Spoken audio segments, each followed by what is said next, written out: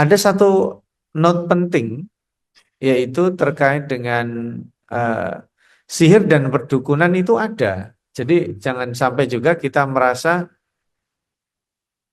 tidak ada. Jangan sampai kita mengatakan, oh nggak ada itu sihir. Sihir itu ada. Jadi bukan sesuatu yang mengada-ngada. Sihir itu ada. Maka eh, kalau kita makan, diberi makan, diberi minum dari orang yang tidak dikenal, itu juga kan ada. Bismillahirrahmanirrahim syai'un fil ardi wala fis sama. Jadi sihir dan perdukunan itu ada. Tetapi kita harus hindari dan harus lawan. Ada itu ya. Nah, aksinya adalah eh,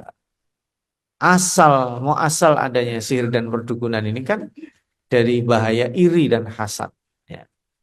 Maka kita perlu juga secara aksi, Bapak dan Ibu perlu membaca bukan hanya buku, tapi maklumat tentang jin, dunia jin dan perdukunan, lalu ada sihir bagaimana, serta kita perlu evaluasi secara berkala, zikir dan seterusnya. Nanti kita akan coba, waktu kita terbatas. Baik, saya mulai dari yang ini. Eh, Al-isti'adah atau ta'awud atau berlindung kepada Allah itu termasuk kategorinya adalah kategori ibadah. Ini ketutup ya. Iya. Jadi meminta perlindungan itu termasuk kategori ibadah.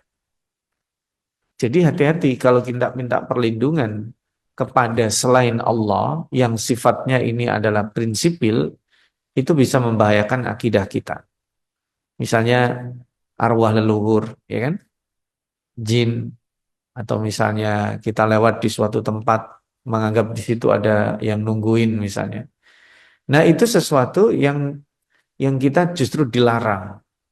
Tapi kalau yang sifatnya teknis, misalnya ada perlindungan saksi, nah itu enggak apa-apa, karena itu kan sifatnya teknis ya. Jadi itu tidak mengganggu ya. Jadi kalau kan ada lembaga perlindungan saksi kan ya, ada ya.